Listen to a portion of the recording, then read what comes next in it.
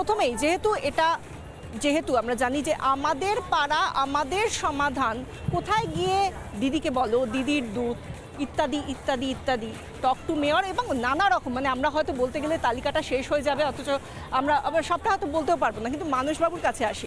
মানুষবাবু, এই যে পাড়ায় পাড়ায় সমাধান, এটা কি সত্যিই খুব দরকার? কারণ আমরা তো দেখছি 15 বছর ধরে একটা সরকার চলছে, একের পর এক দুর্নীতি। তাহলে এখন এই সমস্যা জর্জরিত রাজ্যের পাড়ায় পাড়ায় গিয়ে কোন দুর্নীতি সুরাহা করতে পারবেন? একটা জিনিস আপনি প্রথমেই জেনে নিন, হোয়াট বেঙ্গল থিংস টুডে, এটা অনেককাল আগে। আচ্ছা, এটা অনেককাল আগে, ইতিহাসের পাতায় যাবেন না, বর্তমানে আসুন। আজকে মমতা ব্যানার্জি যে ঐতিহাসিক কর্মসূচিটা নিয়েছেন, ঐতিহাসিক পদক্ষেপ নিয়েছেন, সেটা আগামী দিনে মোদি সহ ভারতবর্ষের অন্যান্য রাজ্য চুরি করবে। আচ্ছা, আপনার এই কথার প্রেক্ষিতে এক সেকেন্ড আসবো।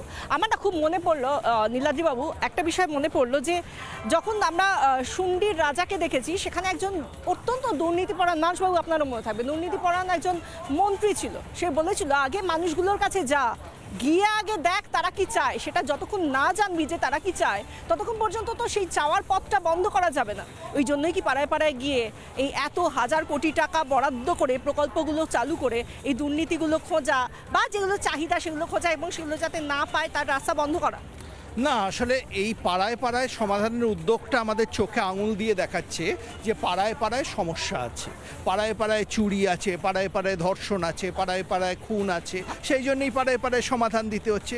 দেরিতে হলেও তৃণমূল কংগ্রেসের যে বোধোদয় হয়েছে সমস্যা আছে, এটা অত্যন্ত সাধু উদ্যোগ, আপনাদের এটাকে স্বাগত জানানো উচিত। কিন্তু বড্ড দেরি হয়ে গেছে, বড্ড দেরি। 15 বছর পরে হঠাৎ পাড়ায় গিয়ে সমস্যা সমাধান? বুঝতে পারছে অবস্থা সঙ্গীন। পাড়ায় পাড়ায় সমস্যা হলে পাড়ায় পাড়ায় ভরাডুবি হবে, আর পাড়ায় পাড়ায় ভরাডুবি হলে তৃণমূল টিকবে না, এটাই তারা বুঝতে। এই জায়গা থেকে মানুষবাবু আসবো, আমি জানি আপনার অনেক কিছু বলার আছে, কিন্তু এই যে এই 8,000 কোটি টাকার প্রকল্প ভোটের ঠিক আগে কি করতে পারবে, কোন সমাধান করতে পারবে, কোথা থেকে আসছে এই টাকা? বারবার তো আমরা জানি, সবাই মুখ্যমন্ত্রী বলেন, অভিষেক বন্দ্যোপাধ্যায় বলেন, কেন্দ্র টাকা দেয় না। কোথা থেকে টাকা আসছে, কে দিচ্ছে? দেখুন, সব থেকে বড় কথা, মমতা বন্দ্যোপাধ্যায়কে আমি মন থেকে ধন্যবাদ জানাই। আপনারা খালি মমতা বন্দ্যোপাধ্যায়ের সমালোচনা করেন।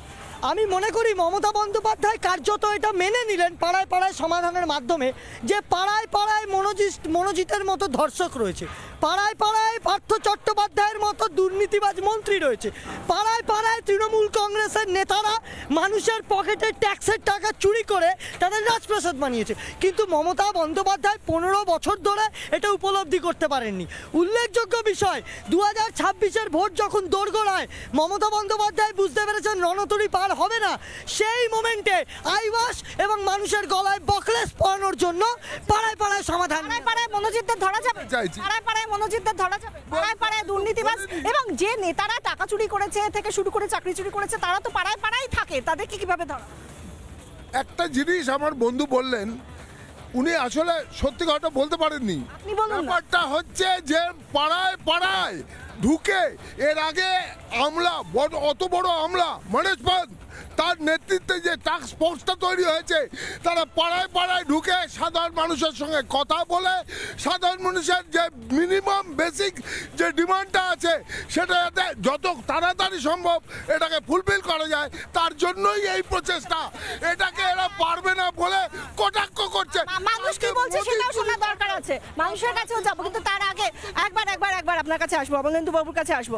অমলেন্দু বাবু, এই যে প্রথমত এই টাকা কোথা থেকে আসছে, বারবার তো কেন্দ্রের বিরুদ্ধে অভিযোগ ওঠে, কেন্দ্র কোনো টাকা দেয় না, বইমাত্রেও সুলভ আচরণ করা হয় রাজ্যের সঙ্গে। তাহলে টাকাটা কোথা থেকে আসছে, কে দিচ্ছে? কোন রকম ক্রাউড ফান্ডিং হয়েছে বলে শুনেছেন? টাকাটা আসছে তৃণমূলের ঘুরপথে সরকারি টাকাকে তাদের নেতাদের হাতে পৌঁছে দেওয়া। পাড়ায় পাড়ায় সমাধান করা মানে কি? পাড়ায় পাড়ায় পঞ্চায়েত স্তরে আমাদের পরিষেবা দেওয়ার 30 স্তর পঞ্চায়েতের সিস্টেমে আছে।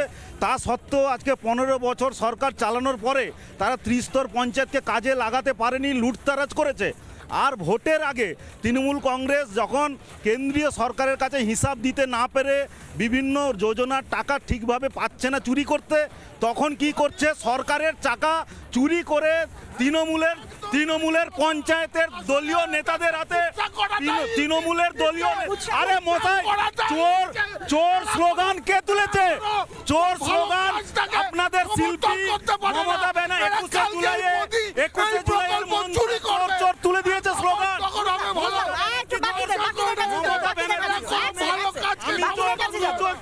নানা ধরনের কন্টেন্ট দেখার জন্য লাইক করুন, শেয়ার করুন আমাদের ফেসবুক পেজ সাবস্ক্রাইব করুন আমাদের ইউটিউব চ্যানেল।